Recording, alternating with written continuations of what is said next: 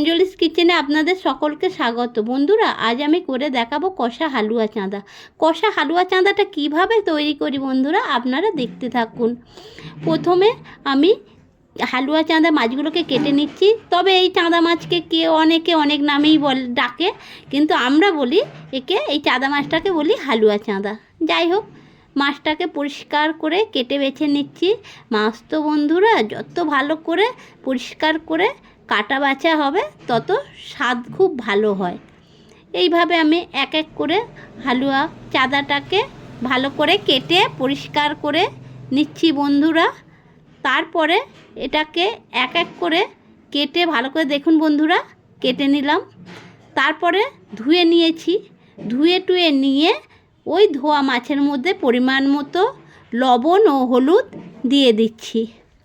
লবণ হলুদ এইভাবে প্রত্যেকটা মাছে যেন ভালো করে লাগে, এইভাবে হাত দিয়ে আমি পরিষ্কার করে মাখিয়ে নিলাম মাছের মধ্যে। তারপরে গ্যাসে কড়াই বসিয়ে তেল দিলাম, সরিষার তেল দিলাম।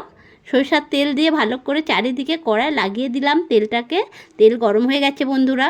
এবার এক এক করে হালুয়া চাঁদা কাটা ধোয়া মাছগুলোকে পরিষ্কার করে মাছগুলোকে ভেজে নিচ্ছি। এইভাবে এক এক করে ভেজে নিচ্ছি বন্ধুরা। তারপরে এটাকে এপিট ওপিট করে দিচ্ছি। দেখুন বন্ধুরা, আমার মোটামুটি লাল লাল করে মাছগুলো আমি ভেজে ফেলছি।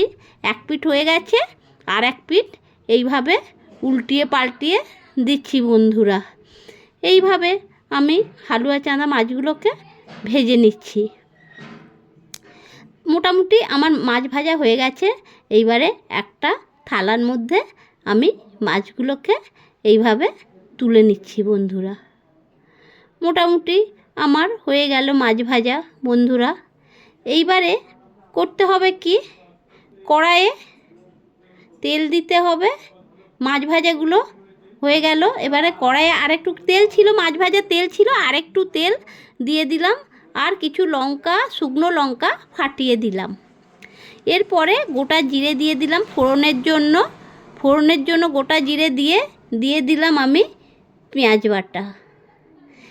বাটাটা দিয়ে ভালো করে নাড়াচাড়া করে নিচ্ছি বন্ধুরা। নাড়াচাড়া করে নিয়ে বেশ ভালো করে ভাজা ভাজা হবে। তারপরে আমি বন্ধুরা দিয়ে দিলাম টমেটো বাটাটা দিয়ে আবারও তাই ভালো করে মিশিয়ে দিচ্ছি পেঁয়াজের সাথে। একটু ভাজা ভাজা করতে হবে ভালো করে, যাতে করে একটা কাঁচা কাঁচা গন্ধটা না হয়। এরপরে দিয়ে দিচ্ছি বন্ধুরা হলুদ গুঁড়ো দিয়ে আবারও নাড়াচাড়া করে দিচ্ছি। এরপরে এইভাবে ভালো করে একটু ভাজা ভাজা করে নিচ্ছি হলুদটা দিয়ে। তারপরে দিয়ে দিলাম আদা রসুন বাটাটা দিয়ে ভালো করে ভাজা ভাজা করছি, কেননা আদা রসুনের কাঁচা গন্ধটা না থাকে। এরপরে পরিমাণ মতো একটু লবণ দিয়ে দিলাম বন্ধুরা, আর দিয়ে দিচ্ছি লঙ্কা গুঁড়ো। ভালো করে নাড়াচাড়া করে কষিয়ে নিচ্ছি মশলাটাকে। এইভাবে কষাতে হবে বন্ধুরা যতক্ষণ পর্যন্ত না মশলায় তেল ছেড়ে দেয়। দেখুন বন্ধুরা, মোটামুটি আমার মশলাটা কষানো হয়ে গেছে, তেলও ছেড়ে দিয়েছে।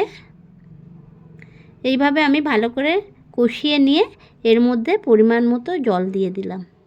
জল দিতে ঝোলটা ফুটে উঠলো। ঝোল ফুটে উঠতে ভাজা হালুয়া চাঁদা মাছগুলোকে যে ভেজে রেখেছিলাম সেই মাছগুলোকে দিয়ে দিলাম ঝোলের মধ্যে।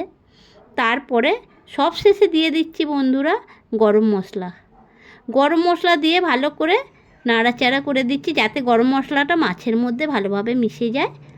এইভাবে আমার প্রায় শেষের দিকে কষা হালুয়া চাঁদা। দেখুন বন্ধুরা কত সুন্দর হয়েছে। আমি প্লেটে সার্ভ করে নিয়েছি। খুব সুন্দর দেখতে লাগছে, তাই না? খেতেও সুন্দর। আপনারাও করে খাবেন।